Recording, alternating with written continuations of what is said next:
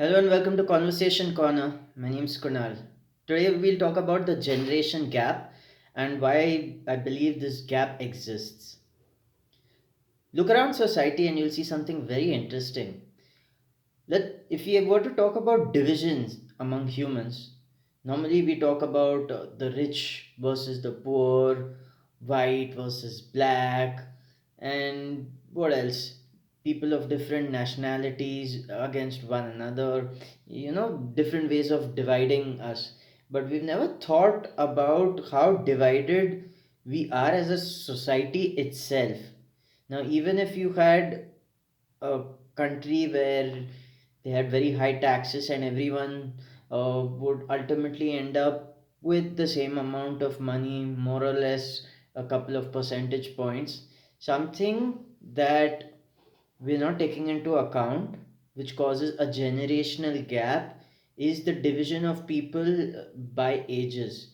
Now, if you ever were to group people by who they spend their most amounts of time with, you will see that apart from toddlers who spend most of their time with their parents, as you grow older, as you become a child, as you become an adolescent, as you become a young adult, as you become a working professional, as you become middle aged, and as you become a senior citizen, something that's happening right under our noses and we don't realize it is that we're being divided by age.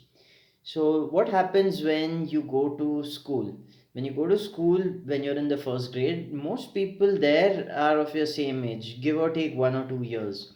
Then you go to the second grade, you go to third grade, you go to fourth grade, and you pass school when you clear 10th grade, right? Then for 2 years, you have junior college, and then you have college, how it is here, and then you have maybe post graduation after you graduate college. So at each stage, you're always with the people of your own age group.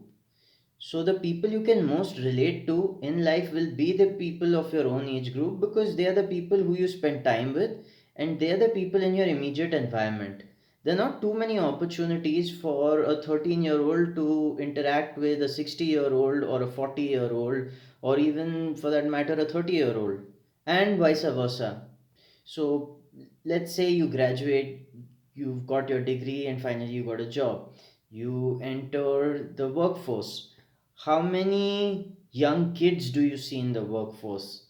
No one, right? Because child labor, of course, is illegal as it should be, but you don't see children coming to the office for them to observe the work that their parents do. There are some progressive offices that now have a creche where working mothers can come and bring their children and leave them in that creche for the time that they work at office. But children never get to observe the work of their parents, and this was not the case throughout history. Uh, Through a large part of history, a child learned what his father's trade was, and that's what the child copied, right? At least I'm talking about the time when men were the main bread earners. That's how professions were passed down, right? From father to son. So in the modern world, children are at school, people who've graduated and have got their degrees are at work. Some women work, some women stay at home, and some women manage a combination of the two.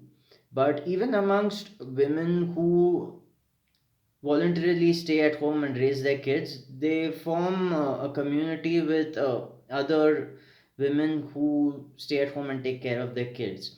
So, what is happening is different strata of people in different age groups are living in their own separate silos, and very rarely do they come together. I can give you examples of when they come together. Let's talk about the dinner table where you have father, mother, son, and daughter sitting at the table and having a conversation.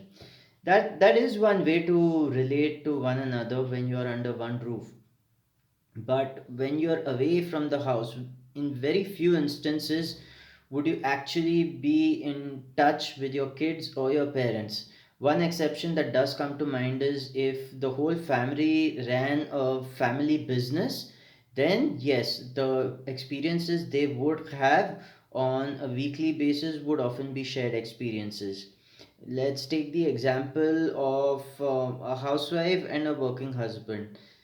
So the husband comes from home, he's had certain experiences in the office. Now, if he had a wife who also worked in the corporate sector, they would be able to relate to each other far more than the husband who works and the wife who stays at home, right? So the more connected you are in a common environment, the easier it becomes to relate to the other person. So that's why people who have been part of the military form such strong bonds, right? They are together in environments where uh, they need each other, they need to count on one another for their survival and their success.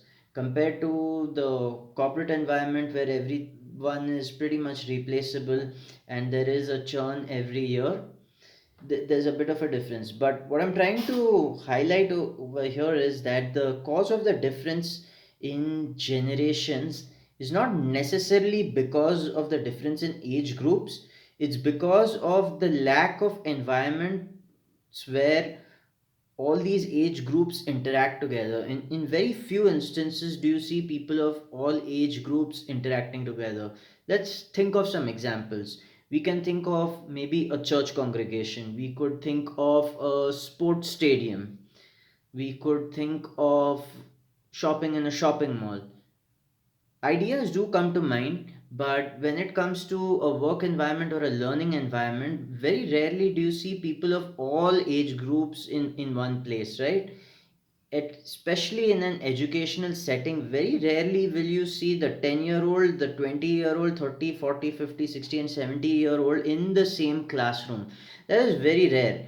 Now, if there were certain experiences that people of all age groups could learn from in one particular environment, that's when you would see the intergenerational gap become smaller and smaller, and the adult would be able to understand the child, and the child too would be able to understand the adult. It's something that I was thinking about, and this definitely piqued my interest. I noticed that at least in schools and colleges, most people interact with people of their own age, give and take 1 or 2 years, and that's why everyone's perspective on life is limited to just their experience, and that's what makes it very hard for people to relate to other age groups, right? You simply aren't in an environment where people of these other age groups are, and that's the cause for the generational gap. And the best way to bridge this generational gap is finding environments where we can bring people of all ages together and have them learn something together and do some activities together that are really meaningful. I just don't mean vacations, or I just don't mean gathering together for a concert, but something productive or real, maybe a project that people of all age groups could work on together. That's what I'm referring to. If we can put this in place, there's a very good chance that the generational gap can reduce a lot. For starters, I think it would be a good idea for kids to be taken to their parents office and see what their parents do, at least for a day, if not at least for a week, and if not for a week, then for maybe a day or two. This will help bridge the gap a lot between the generations, and that's in the best interest of humanity. Thank you so much for watching this video, and I hope to see you soon in the next video. Take care.